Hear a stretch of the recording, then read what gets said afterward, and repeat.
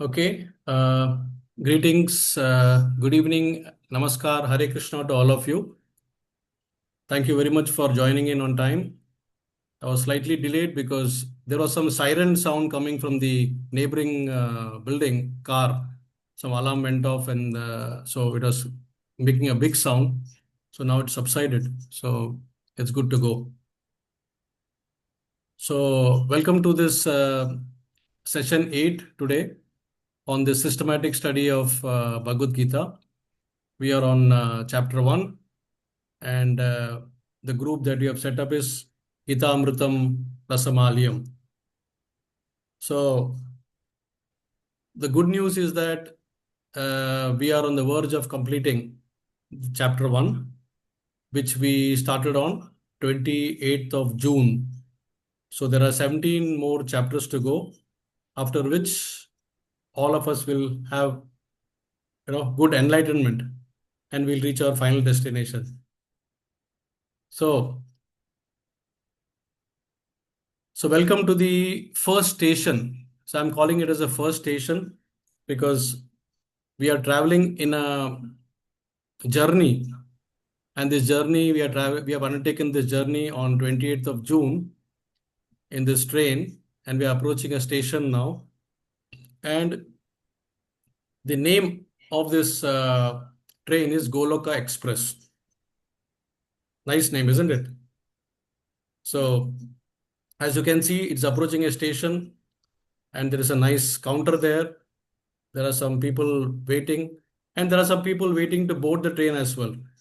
And the name of this station is called as Arjuna Vishada Yoga Station. So Arjuna is under the spell of distress, lamentation, despondency. So in this station, we will stop for some time. I'll just mute all because there is some disturbance coming from somewhere. 1 second.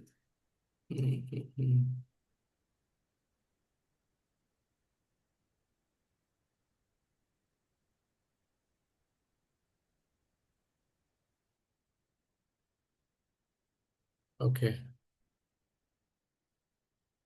So Arjuna Vishad Yoga is a station, and we are going to halt in the station for some time because this train includes a group of yatris, all of us, and uh, this group is called as Gita Amritam Rasamalyam, and the train has 18 stations, and we are just approaching the first station. So we'll anchor here for about 2 weeks before we move to the ahead to the next station.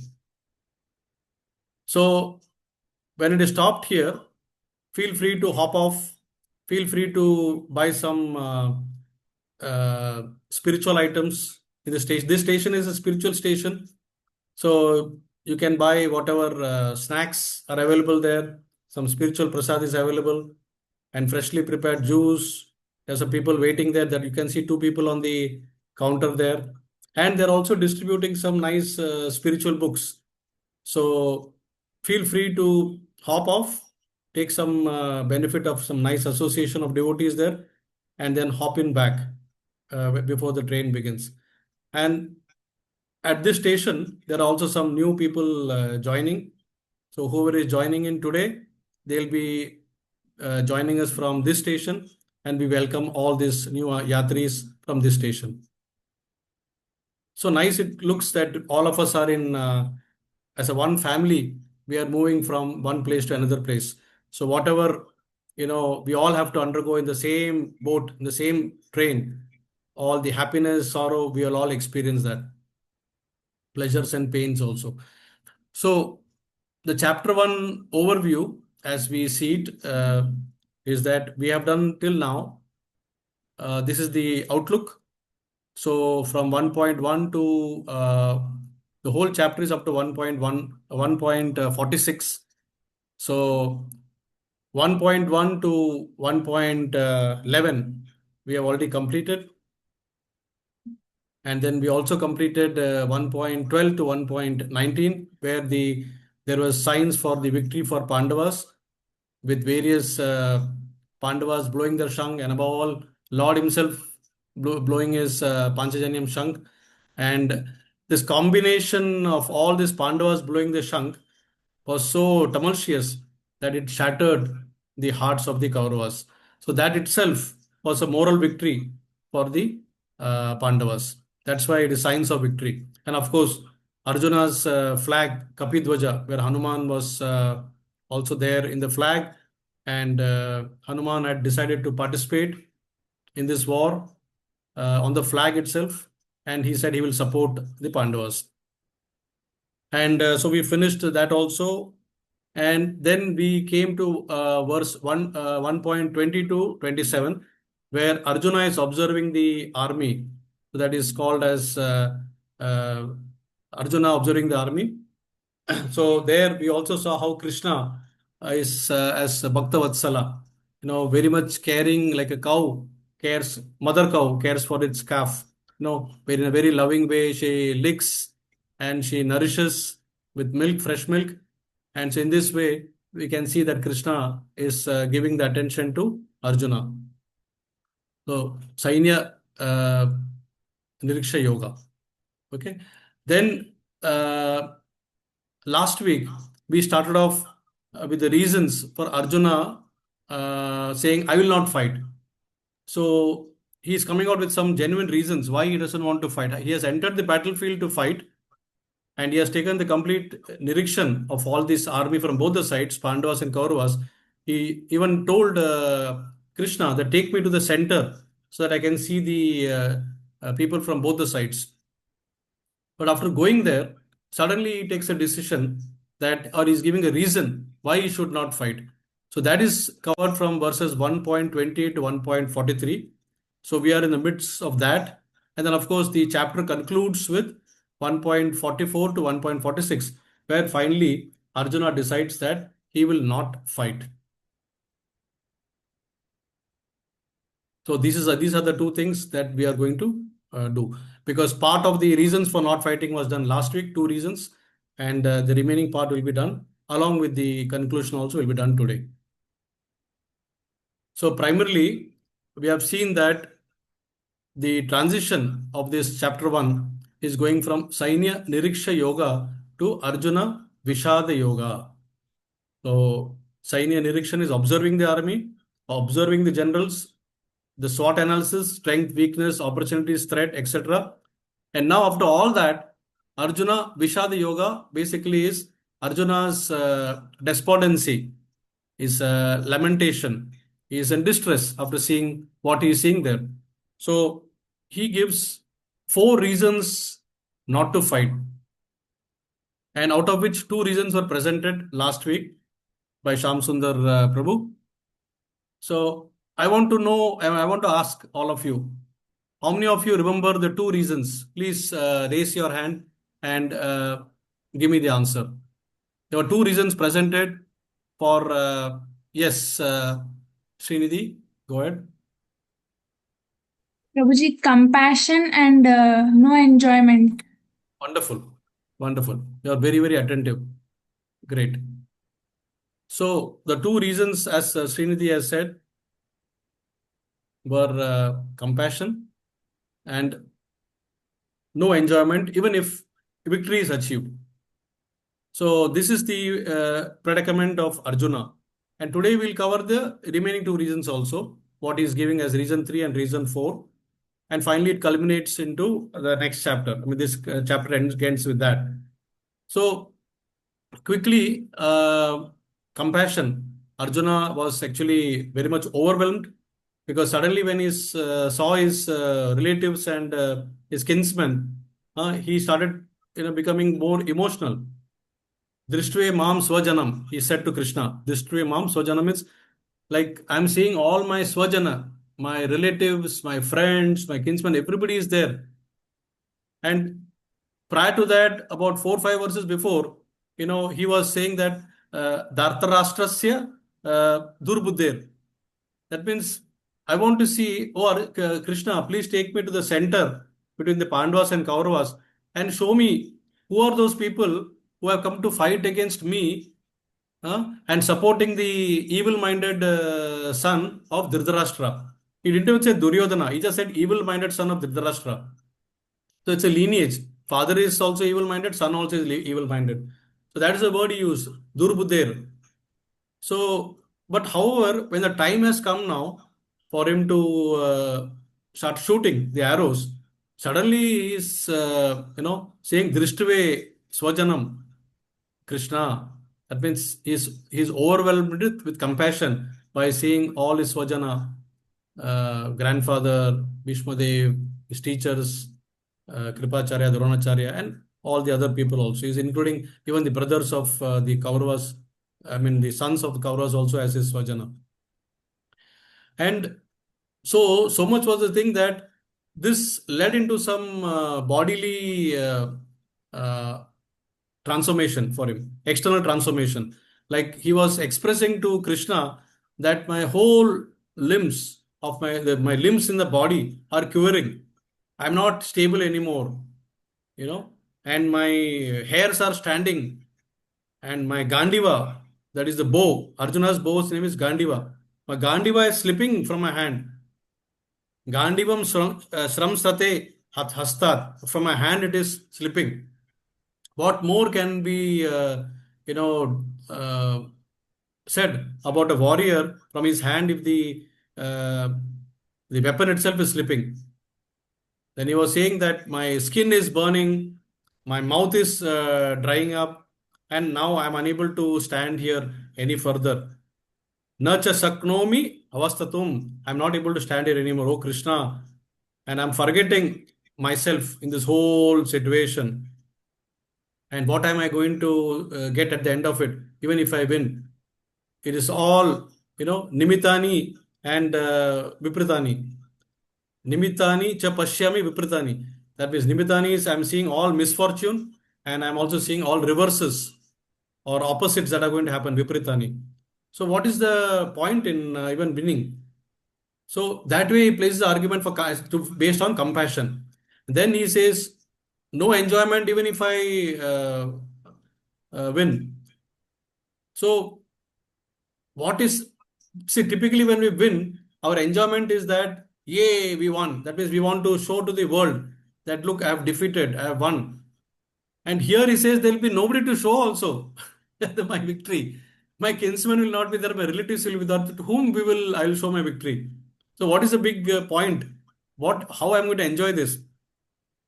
So here our Acharya Srila Prabhupada makes a very nice comment. When we try to please ourselves, okay, then we think in this direction, that is on the material level. But when we think that my job is to please Krishna, then we will think that even if there is nobody, for example, let's say a nice preacher is sitting in a lecture room and he wants to give a discourse, and maybe some 100 people were promised to come and maybe only one or two have come. So does it mean that he should feel demotivated? He may feel demotivated if he wants to satisfy his own senses. But since a spiritual discourse is, he should think that I'm doing this for the pleasure of the Lord. Even if there is nobody, just four walls are there, I'm going to be equally equipoised and give the same kind of discourse, because these four walls are representing the Lord and he will hear what I'm saying. If I glorify him, he will be happy. And if he is happy, he will make me also happy. He will give me his blessings by which I can be happy. So in this way is how Krishna is actually preparing Arjuna. So Krishna has already given him the instruction. Okay, but when he's seeing all those people, he's suddenly becoming weak. So how do we understand the situation?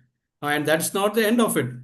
Now we are, going further, and today we will see how, okay, even to remember, we have made this acronym. So if somebody wants to remember it, the 4 or 5 reasons why Arjuna didn't want to fight, it is to be remembered as CESDI. CESDI. It's very easy to remember. Because otherwise, you'll think, so C for compassion, E for no enjoyment, S for fear of sinful reactions, and D for destruction of the family traditions, which we'll discuss today. And the I comes basically, if you have these four: compassion, enjoyment, no say enjoyment, fearful of sinful reactions, and destruction of family traditions, then there is an indecision. You cannot decide, which will be seen in the next chapter. Arjuna will present a complete chaotic mind, which represents our situation too in most of the time. Dear friends, just reflect yourself. Haven't we undergone, we may not be in the battlefield, but haven't we undergone something like this in our lives? Whether we are in the student situation, whether we are in the professional career situation, in any personal life, at home, whether in any other situation you think, we may have some sort of a challenge and confusion in our mind, which we are required to fight all the time. So when the mind is clear, if somebody who is spiritually elevated, his mind will be clear because he is getting the direction. He is focused upon the Lord, so he gets a direction, and then his vision also will be very very clear, and his decision making skills also will be very sharp. So these are the very very important things we should gather lesson from Arjuna's dilemma. So now we go to the third reason, which we'll discuss today. So the third reason is fearful of sinful reactions or papam. So Arjuna is actually fearing that. So what is that verse? Now let's recite this verse.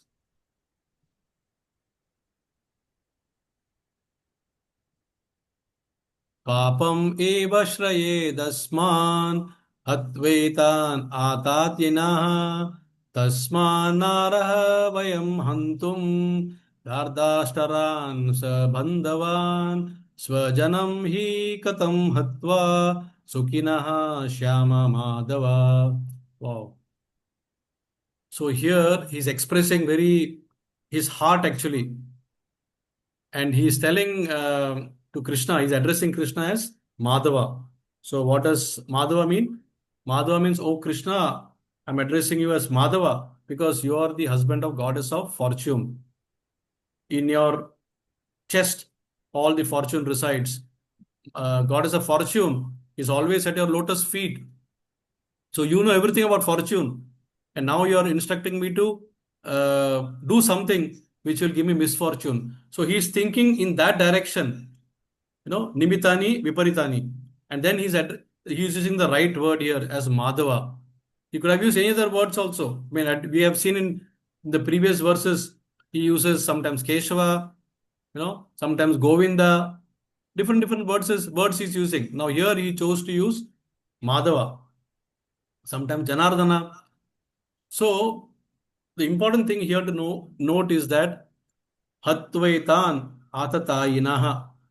So he's asking that when I kill this Atatayina means aggressors. So he's terming this Kauravas as aggressors.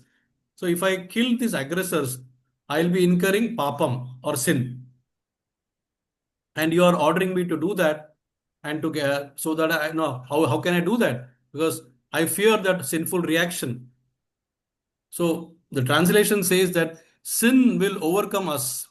Means Arjuna is saying this to Krishna. Sin will overcome us if we slay such aggressors. These aggressors are Kauravas.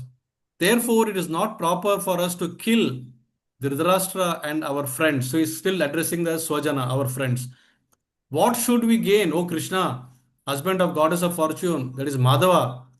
And how should we be happy by killing our own kinsmen? It's a very valid point, isn't it? Can anyone be happy by killing the own kinsman? He may not be if he's on the material platform because he's seeing it as a relative, as a friend, as a different kind of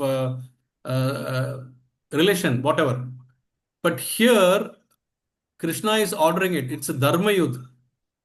So dharma yudh is basically Krishna has decided who will win and who will lose, who has to fight him. Everything is decided because he gave enough opportunity for brokering peace, which was not accepted by the Kauravas. And the Kauravas took the position of being aggressors. They did all possible things, you know, to destroy the Pandavas. As we know, there are six types of aggressors. As per the Artha Shastra, there are six types of aggressors, and such aggressors, as per Artha Shastra, even if you kill them, okay, there is no sin. So these six types of aggressors are: one who gives poison, one who sets the fire to the house, one who attacks with deadly weapons, one who plunders the riches, one who occupies another's land, and one who kidnaps somebody's wife. So these are the six different types of aggressors. So Artha Shastra, which is a Shastra which gives us all the knowledge about politics and various other norms of our existence, especially against the sociology point of view. So this gives a clear guideline that if the aggressors fall in any of these categories and if you slay them, there is no karma, there is no bad karma, there is no vikarma because you are following the dharma in this as per Arthashastra. But there is something very interesting. There is something called as Dharma Shastra also. So there is Artha Shastra, there is Dharma Shastra. So Artha Shastra is for people who can follow because they are on a material platform, you know, and they are doing all the activities like karmakand activities. So fruitive activities, you can say. But there is something called as Dharma Shastra, which is mainly for reserved for the saints and knowledgeable gyanis, etc. So this Smriti also says one very interesting thing. It says that Artha Shastras to Balavad, Dharma Shastra iti Sthitihi. What it means is the rules of Dharma Shastra are stronger than those of Artha Shastra. And Arjuna then because he was overcome by compassion, he was actually going more into the. He was not weak or he was not timid, etc. He was going more into the saintly mode, like a pure devotee. So when you become a pure devotee of the Lord, and then the compassionate nature will allow you to excuse even the worst enemies because you will pray to the Lord that please forgive him. The way Jesus Christ prayed when he was crucified, he said, "Please forgive my enemies or my sinners, for they know not what they are doing." So that is actually the real, I would say, behavior of a pure devotee. So Arjuna was going in that direction, but he was also forgetting that he was a Kshatriya and he's in a battlefield. And more importantly, he's with the Supreme Personality of Godhead, Lord Krishna himself. And Krishna is doing this entire thing for the benefit of the society. So he ordered him to fight. So Arjuna was really caught between the two things. So therefore, Arjuna felt that if I follow Dharma Shastra, and Dharma Shastra says very clearly, Ma himsat sarva bhutani. That means I will not do any himsa upon any living creature. Ma himsat sarva bhutani. Not only to human beings, but I will not do himsa, ahimsa to any other thing. So this was the reason why Arjuna was reluctant, even though he would have been excused, and he was eventually excused, of course. And then, of course, he is making in another verse, that is verse number 37 and 38. Now, these two are interconnected verses, so I'm reading both together. 37 says that यद्यपि एतेन पश्यन्ति लोभोपहत चेतसः कुलक्ष्या कृतं दोषं मित्रद्रोहे च पातकम्. Verse 38, कथं न न्ययम् अस्माभिः पापद् अस्मान् निवर्तितुं कुलक्ष्या कृतं दोषं प्रपाश्यद्भिर्जनार्दन. So what does he say here? He says that, "O Janardana," so now he's addressing Krishna as Janardana. The previous verse was addressing him as Madhava.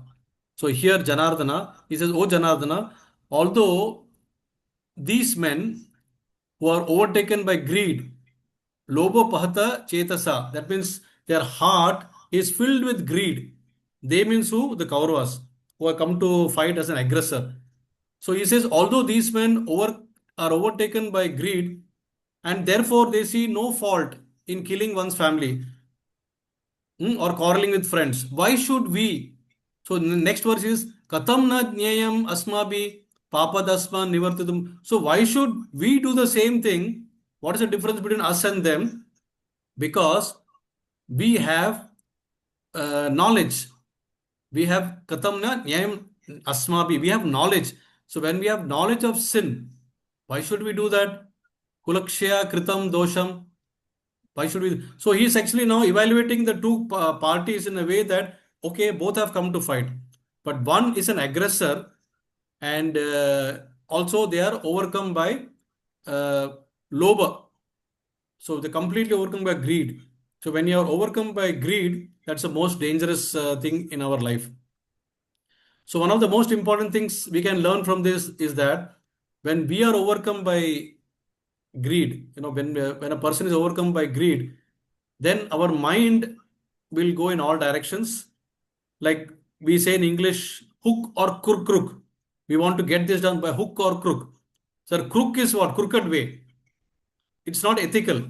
It is a crooked way. But it doesn't stand any weight in the dharmic procedure. So Arjuna was following a dharmic procedure, and therefore these Kauravas who were crooked in all respects, they were wanting to eliminate the Pandavas, and this is what actually Arjuna is saying is perfectly valid, because if you see the entire exile period when they were sent, even before the exile also, every opportunity the Pandavas were tortured. The Pandavas were an object to be searched and killed. At one time, Bhima was poisoned. At one time, in the Lakshagraha, it was all planned by Shakuni and Duryodhan. They gave him the nice Lakshagraha, wax house, and they wanted to set them on fire. And somehow they came to know, and they made a tunnel and they escaped from that to the other side. And uh,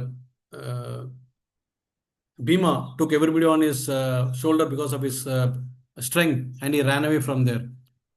So every available opportunity, and even during the Sabha, I mean, first of all, they tricked in the gambling game, and they even won over Draupadi in the gambling game, and they tried to disrobe her in the entire assembly.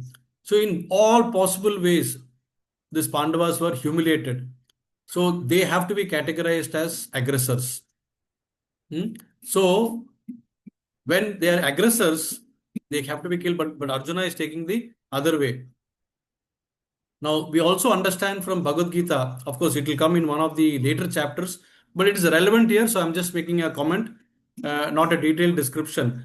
There is a verse which says that Tribidam narka syedem dwaram nashanam atmatmana kama krodha tata loba tasmadeta trayam trajet. What are the three? This it says that three things, three anarthas: kama, krodha, loba, lust, anger, and greed. These are the three gates to hell. Kama, krodha, tata, loba, trividam narka syedam dwaram nashanam atmanaha. So this will open the gate. So anybody who is carrying these three, kama, krodha, tata, loba, lust, anger, and greed, is an ideal candidate to proceed towards the hellish planets. So, here already there are reactions. It's already there that loba, that is our Kauravas are showing loba, and our Pandavas are actually, that is Arjuna, is still hesitant to kill them. Okay, and therefore he's now addressing the Lord as Janardana. So last week also Shyam Prabhu explained, because it came in one of the verses that time, the meaning of Janardana. So Janardana has got actually two meanings, because you can break it up either as Jan and Aradhana. Okay, Jan means people, or Jana, and Aradhana is basically protector or sustainer of the jana. Can say that sustainer or protector of the people. That is Janardana. So the Lord is the sustainer, the Lord is the protector of the people. Now, depending, suppose if you break it as Jana and Ridhana, okay, Jana, and then you break it that way, then it comes like, you are the killer of the demon. So both the terms are applicable in this case, Janardana. So either he is a protector or the maintainer of the people, Janardana, or he is a killer of the demon. So either way. So Krishna always tries to, protect the pious people. Always he tries to annihilate the duskritam, that is dharma samstarpana saya sambhavami yoge yoge. So he comes to deliver the pious and he comes to annihilate the miscreants. Duskritino muda. So he comes to annihilate them. So that is his task. So Krishna comes. So he is reminding him, Janardana, you are asking me to do this task and then incur the sins. So therefore, he is not willing to do this also. Now we come to the fourth and the most important reason, because this is a very, very important reason, because this actually is bringing down the cycle of that is, it can bring down the complete dynasty. It can destroy the entire dynasty if you think in this direction. So he is giving a solid, like a Brahmastra reason here. So he is giving 5 verses. So 39, 40, 41, 42, 43. So these 5 verses we will recite in one go, because this is one after another, they are interconnected.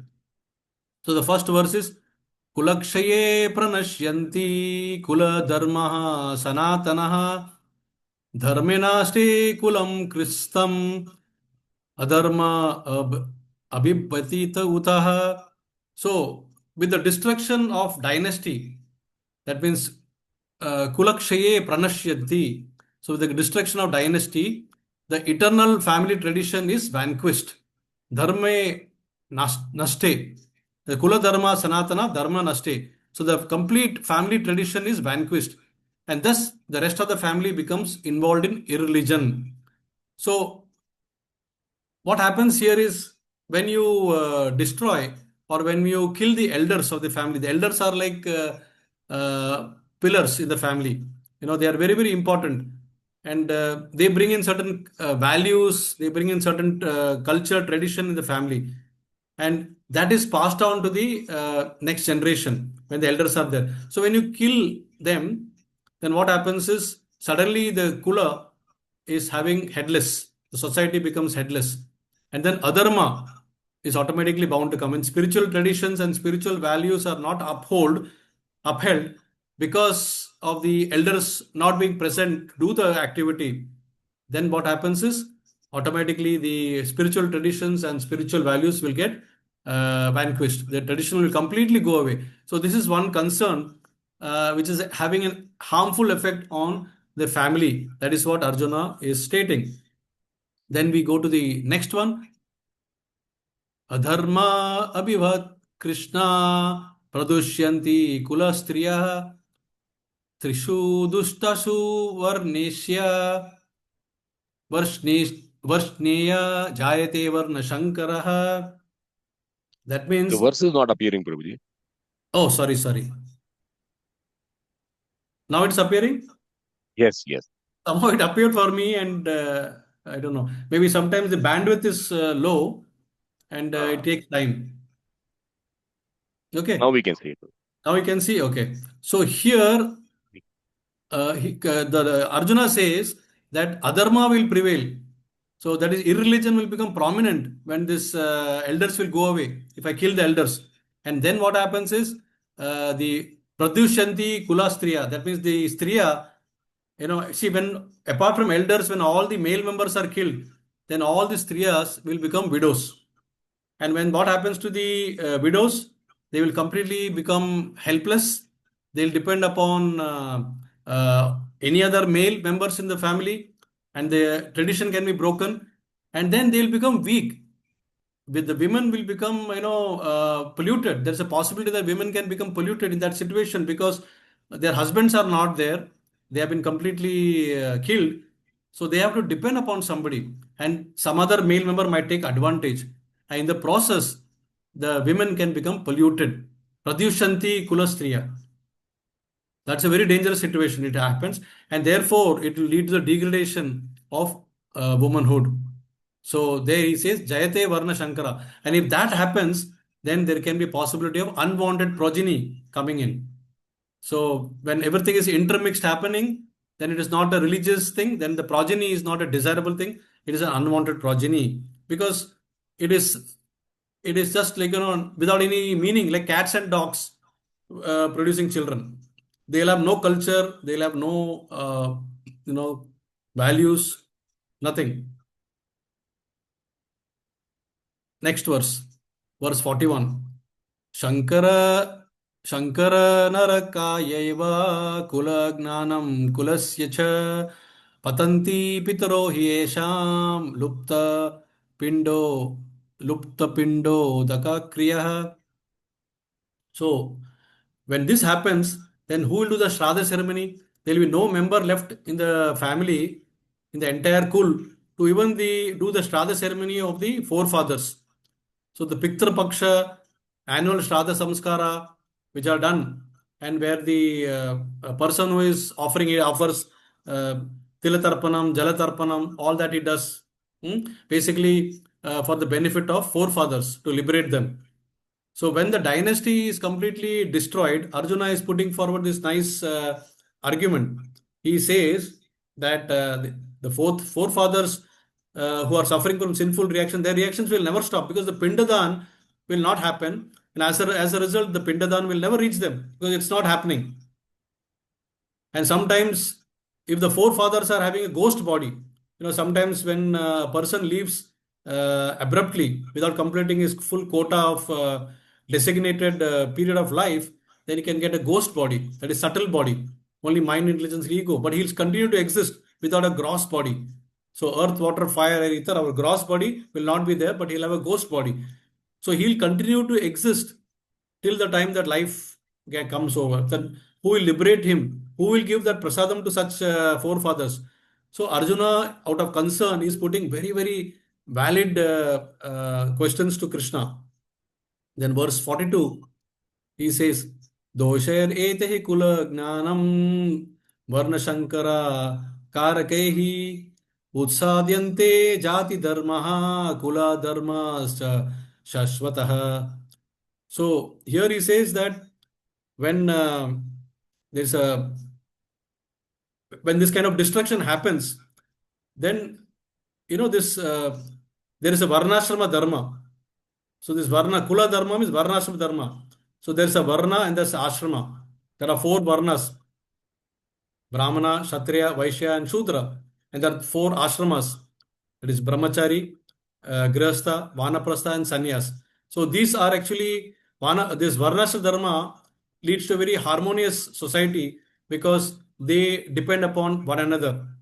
The Brahmana is the head of for intelligent making. The Kshatriya is the fighter. He protects the entire 4 ashramas. The Brahmanas give the direction. The Vaishyas are the agriculturalists who are producing the grains for the benefit of all. And the Shudras, they are the hands and legs. They have got strength. They work for all the remaining 3 categories of people.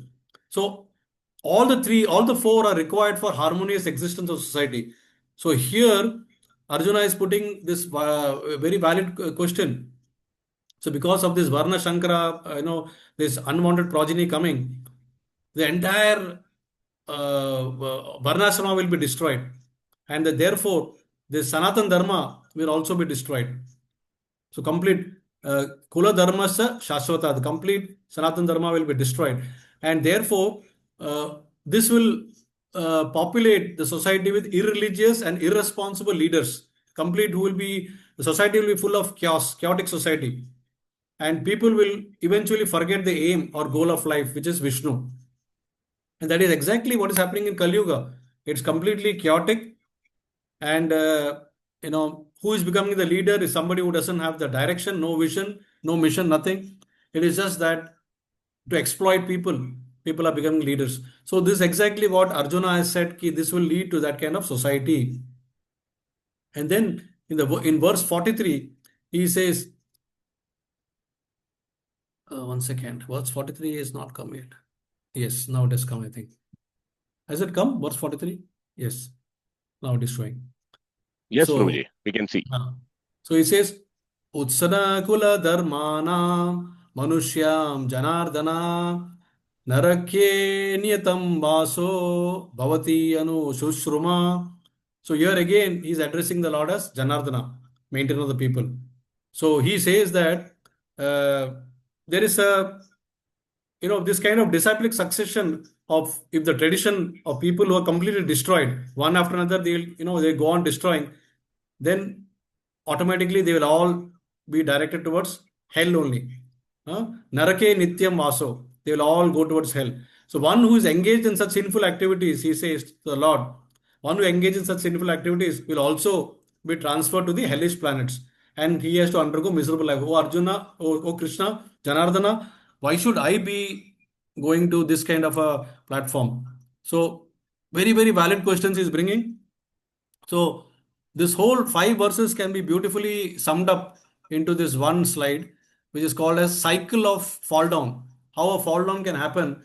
I mean, this is, see, Arjuna has brought this up, but you can imagine, even without killing a person, this can happen in a society, and it is happening because you just see how one leads to another.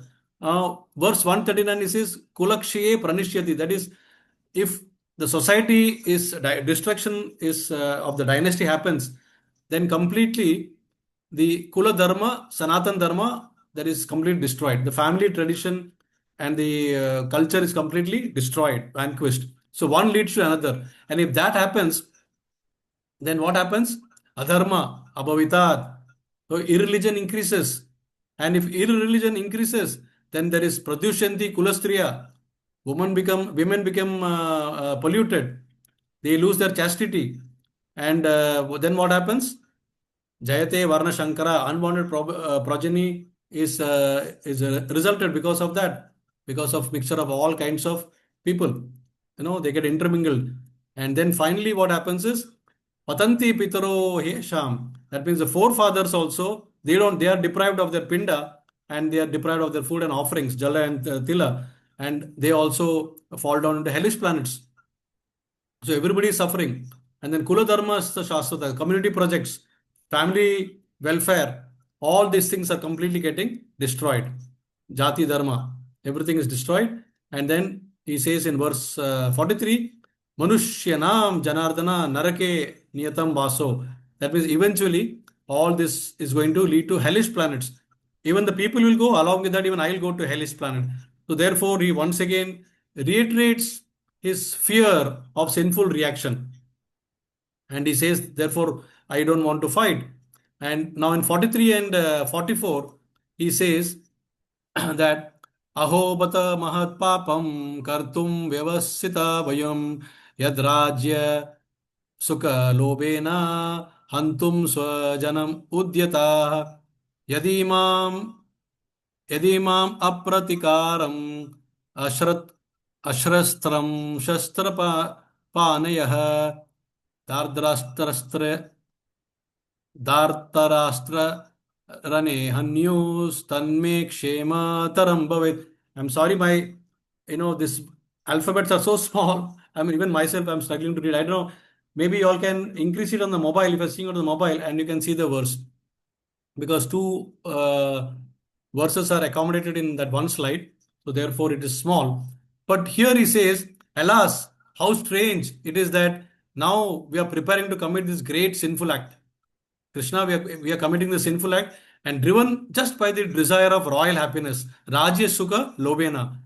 That means our objective seems to be that we want to be happy, enjoying this royal happiness, and we are intent only in killing our own kinsmen.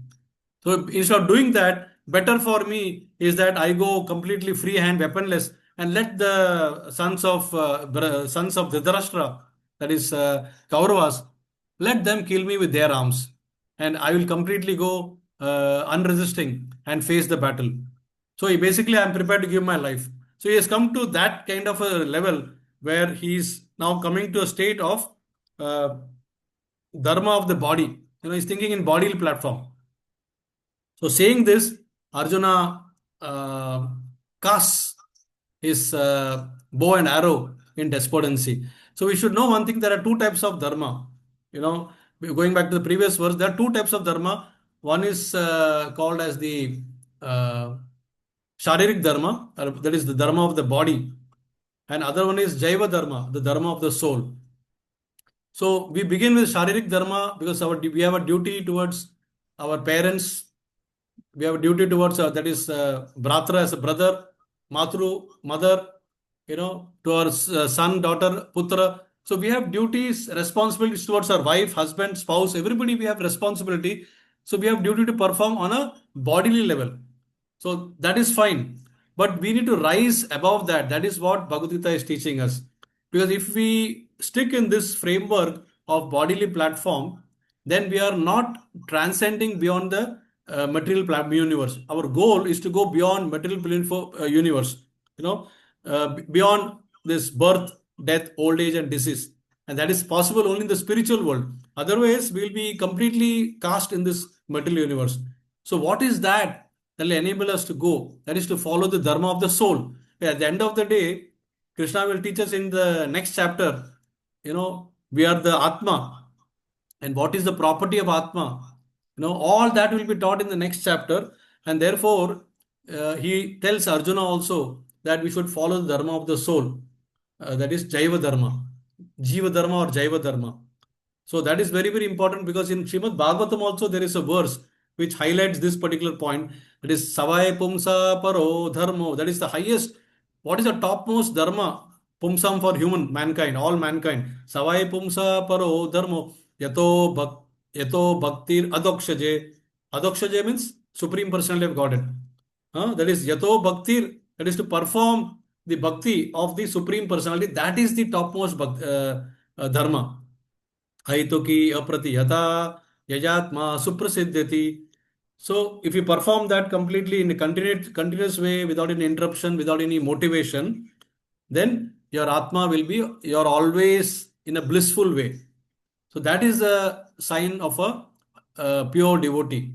Somebody who's a very advanced devotee, he will always be trying to please the Lord. Krishna Indra Priti Icha. He will try to do that because that will give him, he's aiming for Krishna Prem. That is love. That's a real love. Dhara Prema Nam.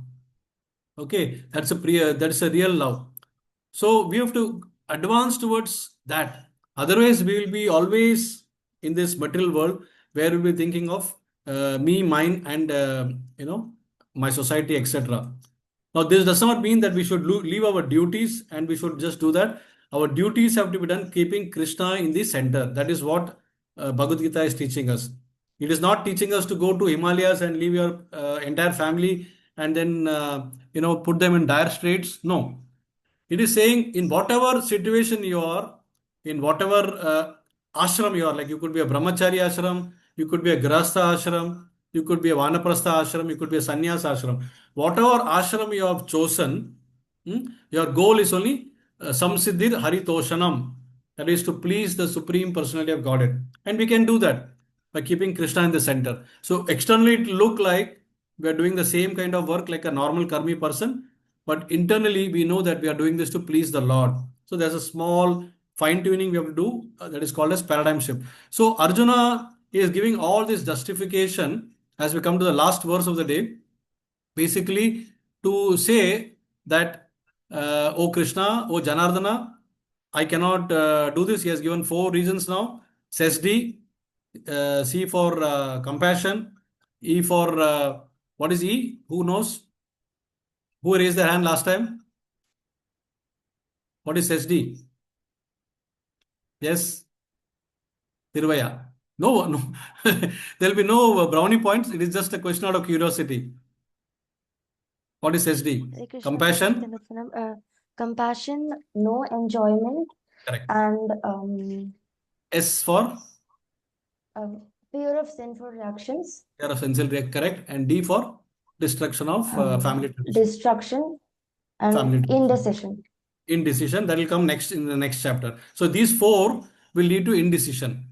Okay, so now that Arjuna has already expressed this Seshadri kind of response, so now therefore Sanjaya is concluding this chapter by saying Sanjaya Vacha Evam Yuktvarjuna Sankhe Ratopasta Upavishad Vishrujya Sharam Chapam Shoka Sambigna Manasaha. So he says, Sanjaya says, Arjuna having thus spoken. So Sanjaya is saying this to Dhritarashtra. Okay, as you can see, that is sitting in front of Dhritarashtra who cannot see. So Sanjaya is giving him all the what is happening in the battlefield. So he's saying, Arjuna having thus spoken on the battlefield, cast aside his bow and arrows, and sat down on the chariot, his mind overwhelmed with grief. So this is completely now he's lost, and he's sitting in that position, shoka, lamentation, and sambigna, like distress, like despondency, you can say, and his entire mind is now not working. He's completely confused. So he leaves his sharam, that is his arrows, and chapam, that is his gandiva bow, and he now sits in the chariot without knowing what to do. So this is where actually the chapter ends in a very in a very sad note, because something that began very promising, that Arjuna went to the battlefield, yes, I'm going to fight, and Krishna says, okay, I will. So all then suddenly is overcome by this. So this is an apt lesson for all of us, because it can happen to any one of us in our respective field. A student can go to the examination hall and he can suddenly forget everything that he has learned, and he can feel that I will not give the examination. Then in our professional career, it can happen when you're going for a meeting with so many points in your mind to counter the various things, to make your point. You want to put your point forward and to make your presence well felt, and suddenly you forget everything because you're overwhelmed by seeing so many people in the boardroom, and then you forget to even the flow of thoughts completely stop because your mind has frozen. What is called as brain freeze or brain fade, something that can happen. But Arjuna had that suddenly, all of a sudden. So the best way to come out of that is all the time think of Krishna, never forget Krishna. So here Arjuna had the luxury of having Krishna in person, which we don't have. We can have his representative as Guru in our presence. We can have that. We can take his direction. Otherwise, we have to keep the scriptures. That's why we are doing this course, so that we can understand, and then we can nourish our brain, we can nourish our soul to such an extent that we know where is the focus going to be, how to always think of Krishna. So when there is a happiness, give credit, the gratitude towards me for Krishna. If you have success, give the credit to Krishna. If you have failure, do some introspection and ask Krishna what I did wrong. Give me the intelligence, then Krishna will give the intelligence. So with this, we can come to the summary of our learnings in this chapter. That is, the first acronym that we coined was doubt, D-O-U-B-T, doubt, where Dhritarashtra and Duryodhan, they were both blinded by greed, envy, and material desire, and therefore they were blind. And we could see the ominous results. That is, the victory was always for Pandavas from the way the conch shell was blown by all the Pandavas. It was shattering the hearts of the Kauravas. So victory signs were ominous. Uncertainty, verses 21 to 27. So despite knowing everything, that Arjuna is still uncertain. He's putting forth all the points one by one because he's overcome by compassion, and he's putting forward all his points. And then he comes to the point of bewilderment. He's completely deluded. His mind doesn't work. And when that happens, you cannot take a decision because intelligence is also frozen. Because mind and intelligence are very, very closely connected. Intelligence gives the direction to the mind, but the mind is frozen. It becomes disobedient to the intelligence also. And the intelligence becomes subservient to the mind also. And then, of course, the turning point comes when somebody who went to fight the battlefield suddenly is putting down all his weapons, and on the chariot, and he says, I do not want to fight. And remember the Seshadri. Seshadri means compassion for his friend's bodily platform, no enjoyment. He doesn't feel any enjoyment even if he wins, and the fear of sinful reaction, destruction of family tradition, and he's now to come to stage of indecision. So what we have to understand is the world is full of such perplexities and bewilderment. We have to be aware. It is not that when it happens to us, we should ask this question, why it's happening to me? The purpose of reading the going to spiritual direction itself is to come out of this bewilderment, to seek this spiritual qualification. We have to be, certain qualifications are required. We have to be compassionate at heart, and we have to uphold the principles of Dharma Shastra, it is mentioned here, and mainly Guru Sadhu Shastra. Guru Sadhu, so we have to have faith in Guru, we have to have faith in the scriptures, that is Shastra, and Guru Sadhu. Sadhu are all the Vaishnavas. So whoever is following these things are sadhus. So we have to always serve them. Service is the key. And whenever we are in doubt, you do that, then automatically Krishna provides the intelligence to come out of that. So with that, we end this chapter, but I want to do one thing now that is called as, it's a very important thing. It is out of the box for all of us to think differently. Because here you find that there are so many persons standing, and they all think in one way. This is what we call as the worldly view. And there's one person in red who's got an enlightenment, as you can see. And suddenly he thinks out of the box and he thinks differently. So what is that thing? We'll see that think differently. So now we'll take from the same thing. Arjuna says, I am no longer able to stand here. I am forgetting myself.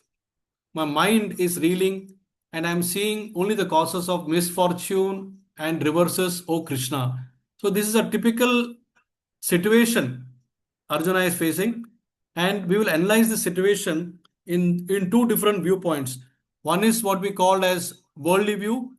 So worldly view will be in such situation when we face, it would probably teach you how you should, you try yourself, but if you cannot, you distance yourself from the problem. You can seek a relief by, trying to go away from the problem, try to make some adjustments to the external situation. Maybe you will succeed little bit by making some modification. But then what happens is, what is the guarantee it will not recur the same situation?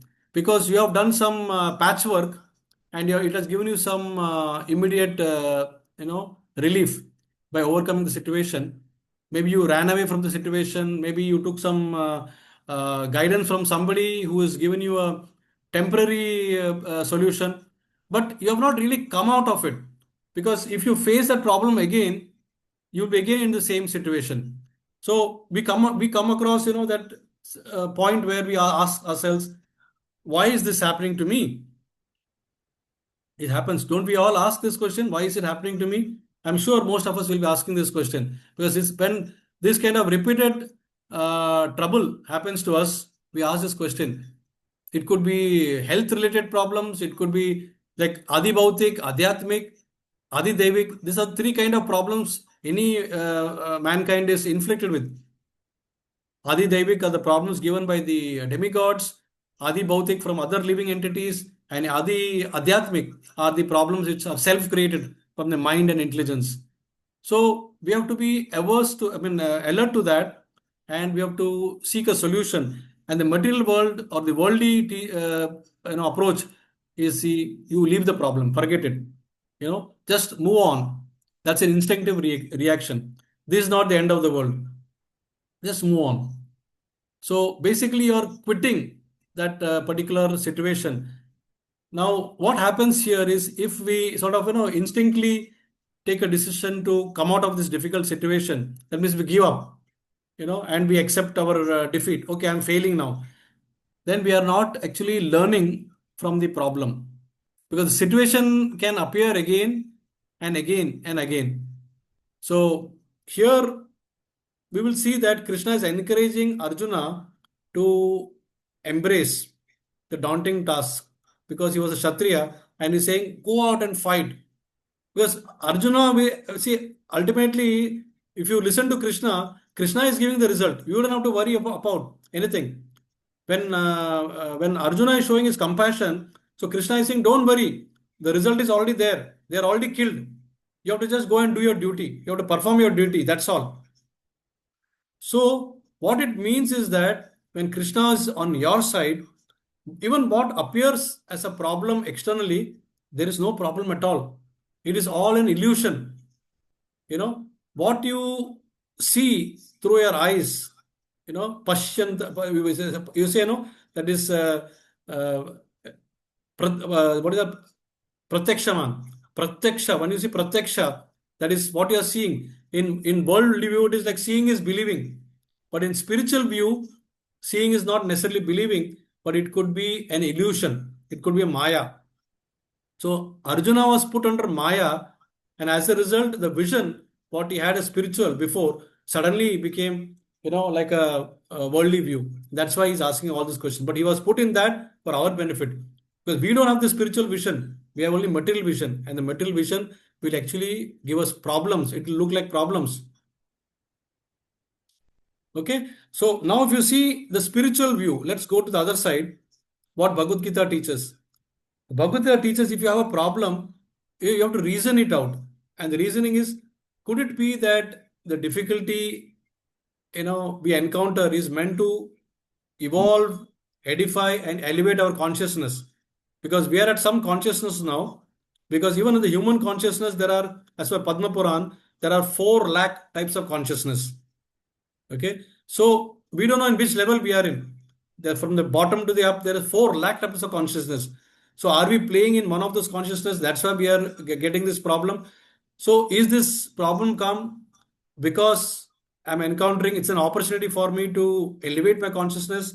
Or could this unwanted impediment be a part of a greater master plan by the Lord himself to usher into a higher consciousness of life?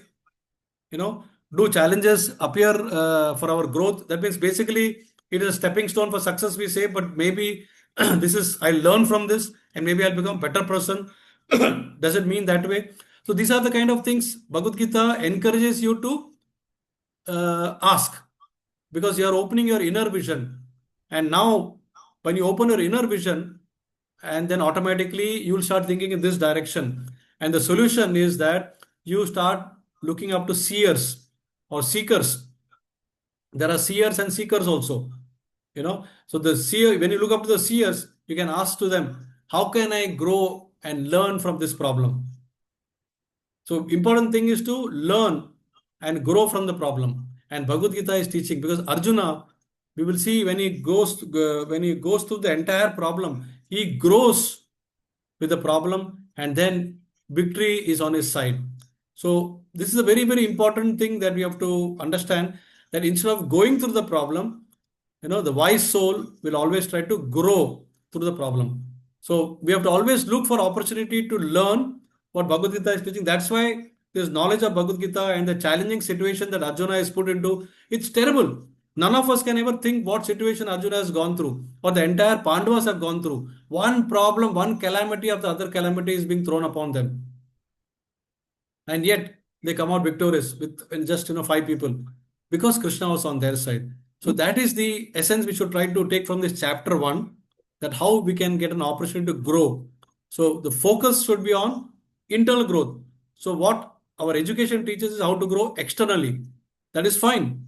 Grow externally, do well in your education, and then do well in your studies, and then therefore occupy good positions in your jobs and execute yourself well, good task, carry out a good attitude, good behavior, and become responsible citizens for the society. That's all fine. But still, all this constitutes only external. The internal thing is how I can transform myself internally, because internal transformation is what Bhagavad Gita is giving us, and that is the real goal of human life. So I want to do a small exercise now. It's 8:10. It will take about 10 minutes more. So with your permission, I would like to do this exercise. Are we all ready? Can you kindly tell me if that is suiting your timing? So this exercise is going to be very, very useful for all of us. I can see only 1 or 2. Okay. I can see some thumbs up by Tiravaya and Srinaji, etc. So let's do this exercise because this will take out from philosophical thinking to something that is more practical. So that's the reason I thought of adding exercise this time, because last time I promised that we'll do something innovative this time. So I'm trying to bring this into the arena. So let's see. So this is a self-learning exercise. So I'm going to put two situations which you have to think, or two exercises you can say. The first exercise is think of a time when you went through a painful challenge or difficulty. Reflect on how life has evolved for you since that time, and from that, identify three positive things that came out. I'll repeat. Think of a time when you went through a painful or challenging situation or difficulty in your life, and I'm sure everybody must have gone through that. Just reflect, pause for about a minute and think, reflect on how life has evolved for you from that time, and identify three positive things that came out. All right. So this is something of the past. And then I want you to think something that is currently happening for you. So the current happening is B. So A is of the past and B is of the present. So think of a problem that I'm going to come out of the screen. Think of a problem or an uncomfortable situation you're currently facing. Think of a problem or uncomfortable situation that you're currently facing. Can you reflect on why you may be experiencing this?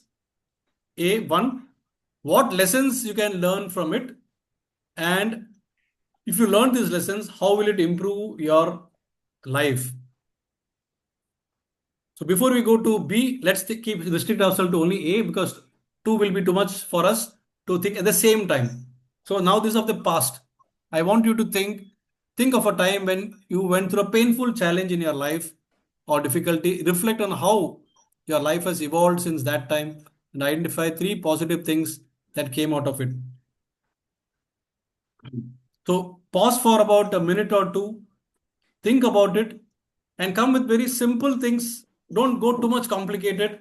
Come with very, very simple things in your life and mention about it for the benefit of all. Because I'm sure some positives must have come out of that. So I would like to hear, okay, Sundari has raised her hand. Sundari Mataji has raised her hand. But wait on. Before Sundari Mataji comes, I want to check from others whether anybody else has had some similar situation or a similar problem, not exactly like Arjuna, but it could be, comparable situation, a very challenging situation from childhood, from school, going time, or from college, or you can say in adulthood, married life, professional life. Think of any situation like this and tell me.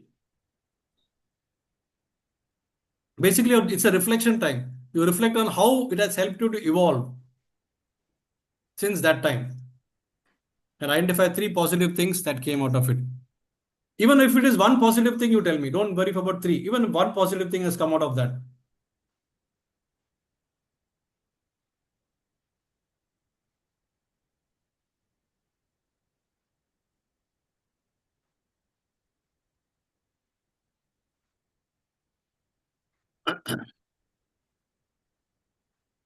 Anybody wants to go? Think and go.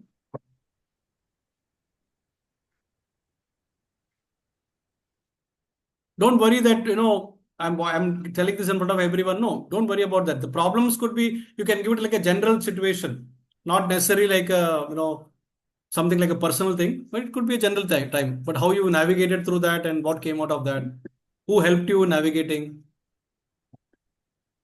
Well, can I speak? Yes. Now who is that? I'm Vijaya from Belgium. Sorry? Oh, yeah. Vijaya. Yes.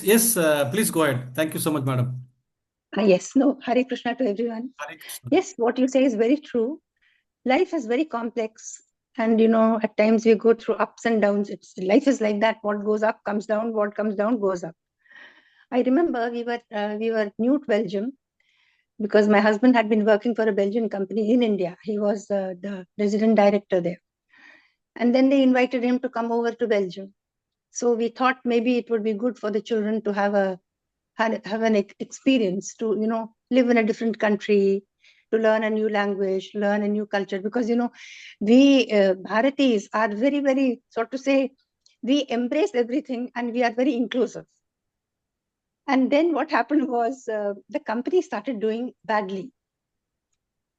And then one day he was called. I remember we had some visitors at our house. We had invited them for a dinner.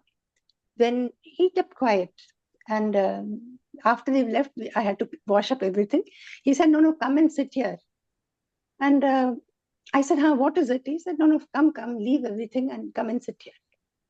And then he told me that, you see, the company has said that we are, what do you call, not sort of, it meant that, he would not have any job after that.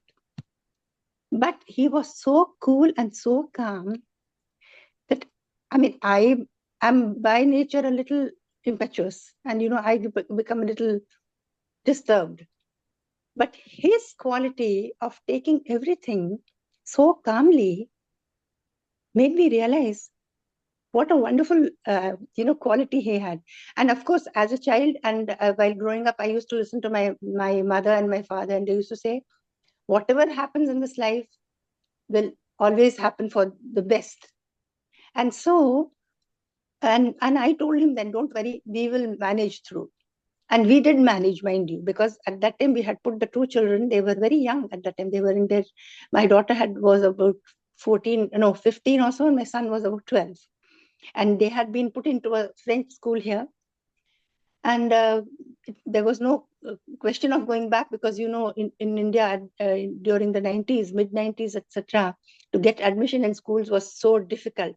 And we are not people, neither are we today now, nor were we at that time, to have extra money to sort of, buy admission in different schools.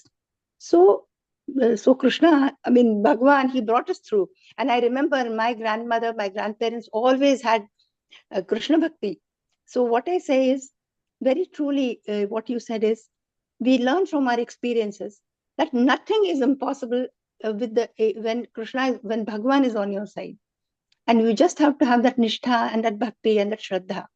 So life is full of problems, but it doesn't mean that we cannot overcome it.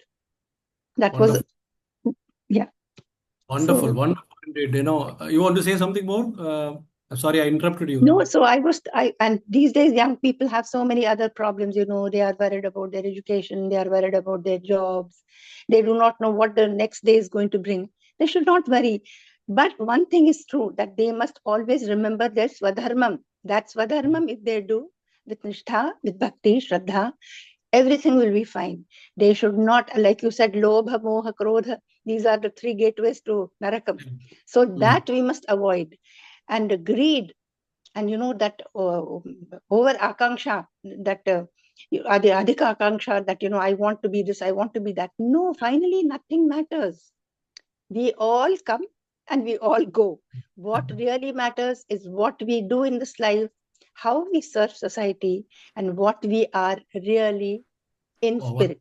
That is what. Yeah. Wonderful. Hare Krishna, that was all. I'm really, I don't know what to say, but what you have experienced and the way you have narrated, it is really, opener for everyone, because as you rightly said, life is full, it goes in a full circle. A lot of difficulties and problems keep on knocking our door all the time. It's like sukha dukkada, the climates, Absolutely. they come they're like winter and summer, they come and go. But we have to be balanced. That is the learning you have got from this, that this also will pass by and the good times will come again. And Yes, that has samatva bhavam. Correct. and that has helped you to gain that confidence that we'll be able to do that, and once again resurrect. When the kids are small, it's not easy to come back and again settle, but then wonderful, the shraddha and nishtha that you showed, on Krishna that he helped to navigate in this very tough times.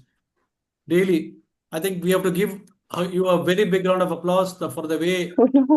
Oh, no, it is all Krishna Kripa. Guruji, it is all Krishna Kripa. Nothing, we do nothing. Huh? It is only his guidance, his direction that we take. That is all. We have to be open. That is all that matters. Excellent, very correct. I fully agree with Yes. you, and you have really shown the way path. And then And I do not, I'm honestly telling you, when you said, I was just thinking, what could, and suddenly this sort of, Krishna really inspired me to tell you, and this is the real thing that happened. So this is not, any concoction or any invention from my mind. This really we went through. I can So fully understand. And see, when we walk through the life journey, and you have walked yes, through that path, so beautifully, and the more we walk through the journey of life, the more mature we become. That's one of the positivity that comes out. The maturity comes out, provided we are Krishna conscious. Otherwise, what happens is absolutely. there are many people who get problems, but once the Hmm. problem is over, they once again forget and go back to their old ways, and they have Hmm. not learned anything from that. Now you have learned from the problem, you have come out stronger from that problem, and you have grown with the problem. That is what I can see perfectly. It is fitting into what the theme of our exercise here is. Thank you once again very much, madam. Oh, no, And it is it is my, what do you say, Ishwar Kripa on me, that I could say a few things that will help somebody. That is all that we can do, When we are all on the same voyage and we have to help each other, that is all that matters. Nothing matters finally. thank you so Hare much. Krishna. Hare Krishna. Okay. Sundari had raised her hand before. So would she want to say something? Okay. In case somebody else wants to say something, otherwise I can say. It's regarding some challenge, which you've had in the past and which has helped you grow. So I would like to actually narrate one instance. You will, of course, know when I start saying that this was sometime in 1999, when we were just very new to the movement, and kids were very small, maybe 7 and 4. And my Prabhu was at the peak of his career when he used to travel a lot, domestic and international. And one of his trips to Chennai, he had this habit always, whenever he used to visit some place, he will immediately go to the temple close by, or even, so in this trip, he had gone to Tirupati, and then he came back in the morning, and he was to take a flight back to Mumbai. And I think it was early morning, 3:30 or something. He, along with his colleague, they were from the airport, from the bus stand. They had gone to Tirupati and come back by bus. And they were from the bus stand. They were going towards the hotel in an auto rickshaw. And because it was early morning, the auto rickshaw fellow took them in a one-way road. So it is somewhere. Which area was that? Yeah, this was Nungampakam. Nungambakam. So I think the auto rickshaw driver took them in a one-way road where, he was at a high speed. And suddenly my Prabhu saw that from an opposite side, there was a car which was coming at full speed. And all he could see was just the car is coming, and he couldn't do anything. He just reacted saying Krishna. And it was a head-on collision. And anything could have happened at that time. And he was thrown out of the rickshaw early morning, 4 o'clock, and his colleague was trapped under the auto rickshaw. The auto fellow driver died on the spot, and my Prabhu was bleeding. He had a collarbone fracture where the collar bone had just, it was pricking. He just got out of the auto and then tried for help, was trying for help. And people were just stopping their cars, opening the door, asking him what happened, and then was just going by. Nobody was ready to help because they thought it was a gang war or something like that, of that sort, because it was early morning, 4 o'clock. And from nowhere, two young boys, maybe 14 or 15, I'm actually getting goosebumps when I'm saying this. Just they walk by, and they come to him and ask him what happened. So Prabhu tells, this has happened. They said, okay, no problem. There's an Apollo hospital here close by. We'll put you in an auto rickshaw and we'll take you there. And so they helped the colleague from the, who was stuck under the auto rickshaw. They pulled him out, somehow made them sit. And they said, these two boys said, you all go ahead, we will follow you. And when my Prabhu and his colleague reached the hospital, it was as if, everything was planned. They were just waiting for these two people to come, and the treatment started all of a sudden. And those two boys, young boys, never came.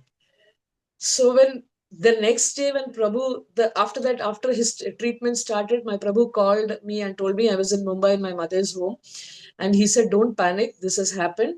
And he had a fracture, he had bruises all over and everything. He was admitted, 2 days he was in the hospital, and he said all this happened. So my first reaction was, I think Krishna Balram came to help you. And so I was just chanting 4 rounds, and that really shook me. And I said, I have to take Krishna consciousness very seriously. And my children were very small. They didn't know much about it. But then we told them what happened, and they understood. And then they started following. And so that really made us, I felt that Krishna was just having, he was looking over us. He helped us through that. I was just thinking when I was speaking that had something happened to my Prabhu 25 years down, I don't know what I would have done with 2 small children and how they would have been raised. They would have not been in Krishna consciousness. It's not possible. But Krishna is so merciful that he helped us, come out of the situation. That's what I wanted to say. That has actually helped us to grow. Thank you so much for giving an opportunity. Yeah. So this is Very, very, very truly you have expressed, I think. What you say is very true. Krishna is there everywhere, and he brought you out of those, that terrible time. Hare Krishna. Thank you so much, Hare Krishna. Yeah, the important positive thing that came out for all of us is that we became more focused in our Krishna consciousness movement, in our Krishna consciousness journey, and so We became so more serious. more serious. So that accident that happened to me was, I would say, just a trigger. If it had not happened, maybe because we were already there in movement since '97, but the seriousness was not there. So that from that accident we became serious, and we decided to shape our lives accordingly in the Krishna conscious way. So a perspective, it gives you a perspective what happens in life, and one moment you're on the top, and next moment suddenly it shows that you can be brought down just like that. That is how the material world goes. So it was a painful situation, but we came out of that, and Krishna has been very kind that he gave us the intelligence what to do next accordingly. So that was the thing. Now the second thing, the second exercise, which I would say that you can do it as a homework, because we are having a paucity of time. So you can make a note of this and you do this homework, and you can probably, for the benefit of all, I'm not saying this just, it will be nice if you can share it in the group also. What you have understood or how this is going to help you and all that. This is a very, very important thing for us because we have to connect Bhagavad-Gita to our practical life. Otherwise, it will remain as a theory. So wherever there's an opportunity to connect to a practical life, we'll look for that opportunity, and we will do it as a discussion point also. Okay, so we move forward. So these were the 3 points. And so now the last thing of the day, that is the quiz. We will end the session with a quiz. I'm sure all of you are smiling and eagerly raring to go, because today's quiz answers will define who is going to be the ultimate winner, who is going to be rank 1, rank 2, rank 3. And there is a twist here. For the first time, there is going to be negative marks also for wrong answers. So in the previous sessions, we never had negative marks. I'm just trying to make it a bit balanced. Otherwise, it becomes very easy sometimes. So if you answer and if you don't get it right, you have lost 50 points. And if you answer and you get it right, you get 50 points. Okay. So here it goes. All the best. Let's see who wins. Fastest fingers first. And I'm going to keep Prabhuji, you are able to see who is going to. I'm depending upon you now. Because in Yes, my. Prabhuji. Good. The first question comes here on the screen. As per Arthashastra, the below categories are termed as aggressors. Okay. Mind you, if you raise your hand, you will be given the chance, and if it is wrong, then gone. So even before seeing the answer. So the answers are: one who gives poison and sets his house on fire, one who attacks self with deadly weapons and plunders riches, one who occupies his land and kidnaps someone's wife, all of the above. And you have only 5 seconds to answer. Okay. Was it Srinidhi who went first? Srinidhi and Tiravya, both of them almost raced I- together. No, I think there was a fraction of a second. Srinidhi went first. I just saw that. Okay. And yeah, just a fraction of a second. Okay. Prabhuji, D, all of the above. Okay. Let me see the answer. Oh, there's none of the above also. So you said D, all of the above, right? Yes. And the answer is E, none of the above. You want to know the reason why it's none of the above? It is a bit shocker, no? It's a bit shocking, right? Okay, so the reason is here. What is the question? See, you have to see the question very carefully. I have said, one who gives poison and sets his house on fire. The key here is sets his house on fire. That means his own house setting on fire. You have to understand this very clear. I have tricked you. And similarly, one who attacks self with deadly weapons. That is not an aggressor. If you attack yourself, how you could be an aggressor? You have to attack others with deadly weapons. And the third thing is one who occupies his land, not somebody else's land. So therefore, I put the negative marks also. Sorry, Srinidhi.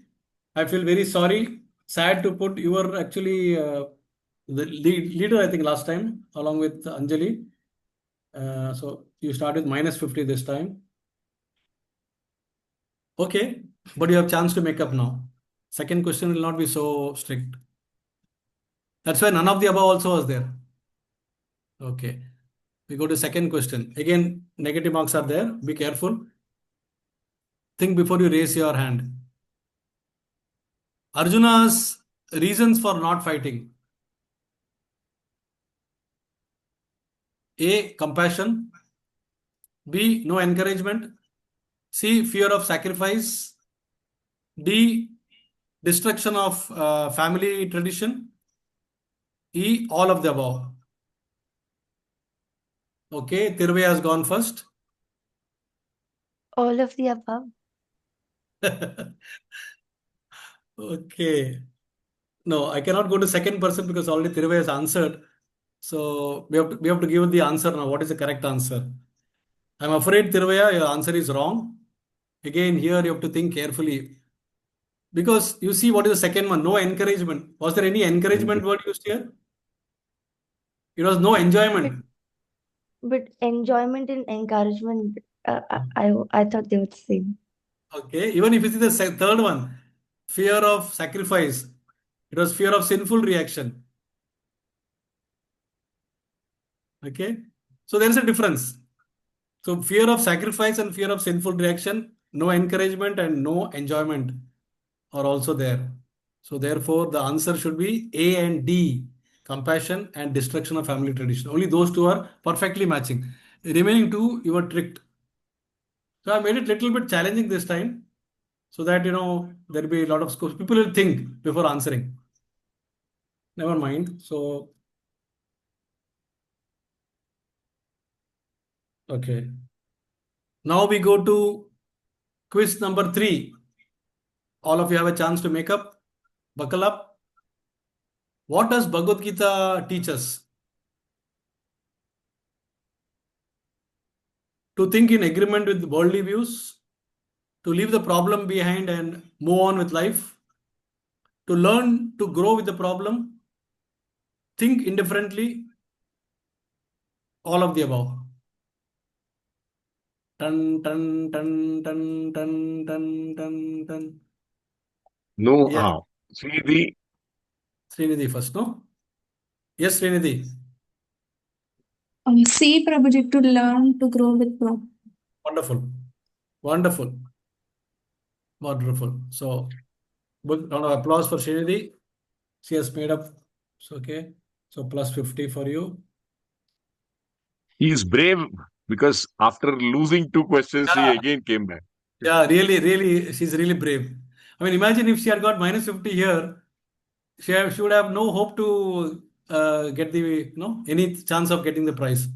So now she's back on track. So very good. Very good. So now let's go to question number 4. Are you all enjoying it? Okay. Question 4. The 3 unwanted hindrances or anarthas, as we call it commonly, that are considered as gateway to hell as per Bhagavad Gita. Okay, as per Bhagavad Gita are 1. A. Beauty, pride, and immorality. Okay, Anusha has already raised her hand. Let me see. Richness, strength, and beauty. Envy, pride, richness. Pride, false ego, strength. None of the above. Yes, Anusha raised first. Yes, please go ahead. It's E, none of the above. Correct. Oh, sorry. One second. Yes, yeah, no, you're right. You're right. Perfectly right. It's lust, anger, and greed, right? Lust, anger, and greed. And those lust, anger, and greed is not mentioned here. So it is E, none of the above. Okay, so 50 points for you. Very good. Congratulations. Big round of applause for Anusha. Okay. Now let's go to the last question of the day. What does Varna Shankara mean? 1, 2, 3. Even 1, before the question is asked, the hands are up. So one is what is okay? One second. A. Unwanted progeny.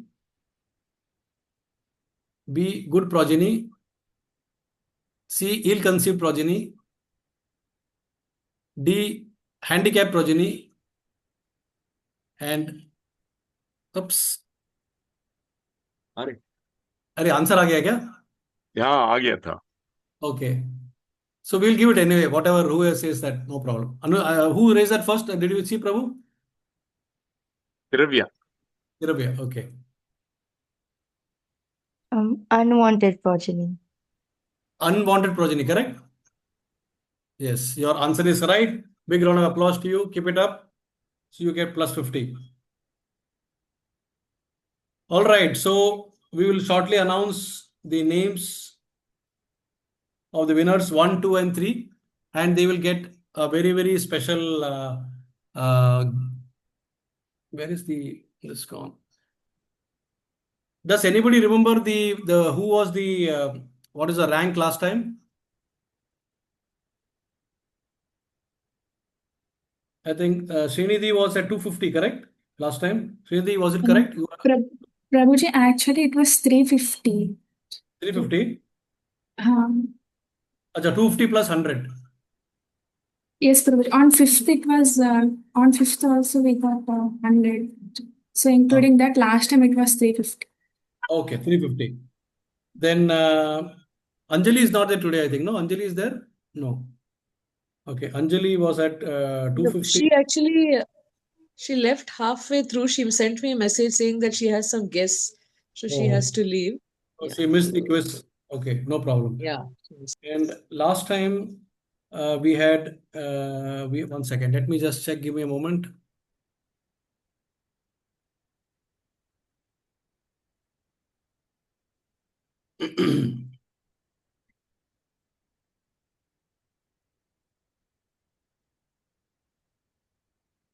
Okay.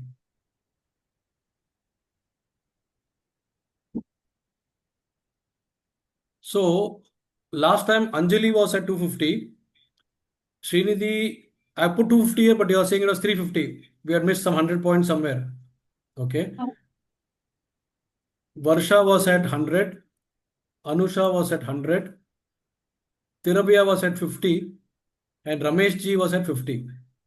So Tirabhya goes up to plus 50 she gets today. From 100 she gets today. Isn't it? So she goes to 150. Anjali stays at 250. Anusha gets 50, so she goes to 150. Varsha stays at 100. Srinidhi gets 100 today, no? Correct, na Srinidhi?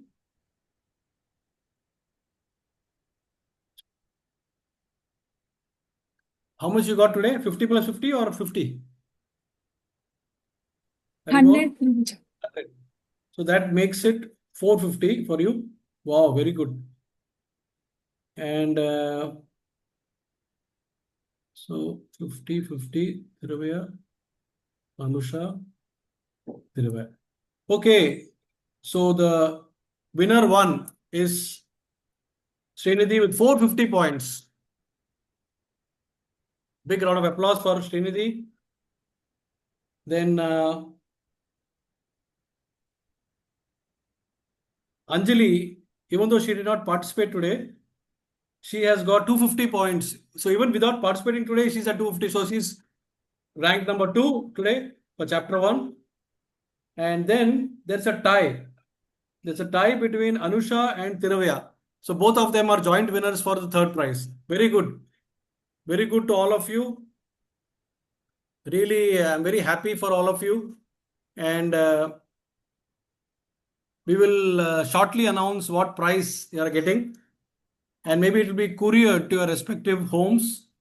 Okay, you have to send your address so that we can courier your prize or gifts to you. Okay, so this is very, very good. Keep it up, and very good motivation for every other participants also to participate more attentively so that they can also win. And now the announcement part. Next week, which is going to be 2nd of August. So since we are finishing chapter 1 today, a big congratulations to all of us. So next week we are going to have a special guest speaker. I'm not announcing the name now. And the guest speaker will be a surprise. And we'll announce a topic also, what will come in due course of time. And then 9th August, which is Balram Jayanti, we'll start with chapter 2. So our Shyam Sundar Prabhu will do the Udghatan of chapter 2 on 9th August, correct? And then on 16th August, which is Janmashtami, we are taking a break, recess break for all, because there will be many people having seva. So we'll be all busy with seva. And then we'll resume on 23rd August with chapter 2. From where Shyam Sundar Prabhu would have left. From there we'll begin on 23rd August. So this train will stop in this station for a long time, for almost about 2 to 3 weeks is going to halt here. And all of you can hop off, hop in any number of times, buy a lot of spiritual uplifting items, prasadams, books, and then nurture yourself, talk to devotees, associate with Krishna during Janmashtami, and then come back, hop in. We'll resume from chapter 2. Okay. So with that, we are going to end. If anybody has any questions or comments, anything? Yes, Tiravi has raised her hand. Prabhuji, last time my score was 50 and today I did one question wrong and the other correct. So it'll be nil for today, right? So totally I'll be getting only 50 points. Oh, it was minus 50 here. Correct, correct. I put plus 50 by mistake here. 1 second. So same thing happens to our Srinidhi also. She also got 1 minus, right? So she got 1 minus, 1 plus. So she stays at 350. So she's at 3. So she remains number 1. Anjali is number 2. Then now Anusha is number 3, clear number 3, because she got 100 she was before. And now she got 50, so 150. And you got 1 plus, 1 minus, and 1 plus today, no? So that is 0 Yes, points. Prabhuji. You went out, and you So were it already stays at 50 points. you were at 50. Okay. So the third prize is not joint winner, which I announced erroneously. It is going to be Anusha. Very good. Keep it up. So 1, 2, 3 are clear winners, and we'll send a nice gift, which will hopefully be enlightening to all of you. Send us your address. Any other question? Anybody? Somebody had raised their hand in between. I missed to see. Anusha had raised her hand. Okay. Maybe for the same thing, Anusha raised. Okay. Thank you. All right. Thank you for your patience. Till it's been a long wait today. We are just 11 people now from 20 people. I think anyway, we will try to make it more concise next time. Okay. Thank you all very much. Have a nice weekend, and we will end the session now. And I am ending it from my side. Hare Krishna.